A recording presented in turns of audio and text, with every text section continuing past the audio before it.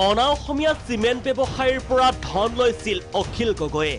দিছপুৰ সমষ্টি মাটি বহিৰাগত চিমেণ্ট কোম্পানীক চঞ্জাই দিয়াৰ নামত আন্দোলনৰ নাটক কৰি কিমান টকা খালা সেই কথা ৰাজহুৱা কৰা।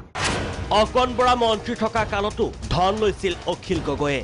অকণ বৰাৰ পৰা কিমান টকা খালে, দিছপুৰ সমষ্টি বিধায়ক হৈ থাকোঁতে সেইজন মন্ত্ৰী হৈ থাকোঁতে কিমান টকা খালে সেয়া ৰাজহুৱা কৰিম নেকি?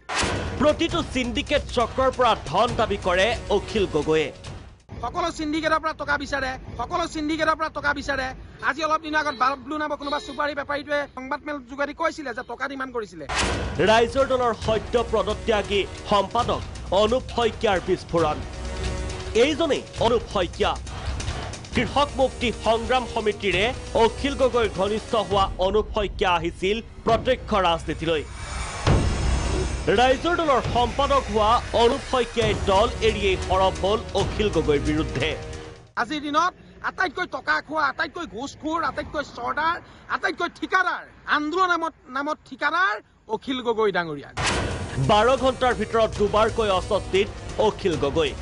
কেৱল অনুপ শইকীয়াৰ ভাষ্যৰ বাবেই নহয়, ইয়াৰ আগমুহূৰ্তত অখিল গগৈ অস্বস্তিত পৰিব লগা হৈছিল আন এজন ব্যক্তিৰ বাবে। ধন দাবীৰ অভিযোগত তেজপুৰত গ্ৰেপ্তাৰ কৃষক মুক্তি সংগ্ৰাম সমিতিৰ নেতা ৰঞ্জিত মহন্ত।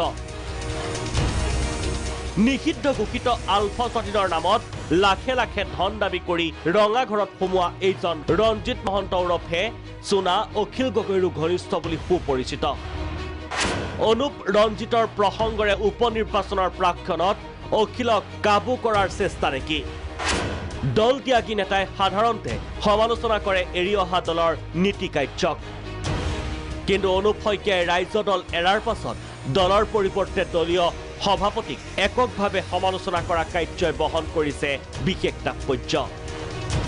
ডিমতো অখিল গগৈ প্ৰাক্তন সহযোগীয়ে সংবাদমেলত দিলে বিস্ফোৰক মন্তব্য। প্ৰতিবাদৰ নামত ভোজ ভাতৰহে আয়োজন হয় কৃষক মুক্তিৰ।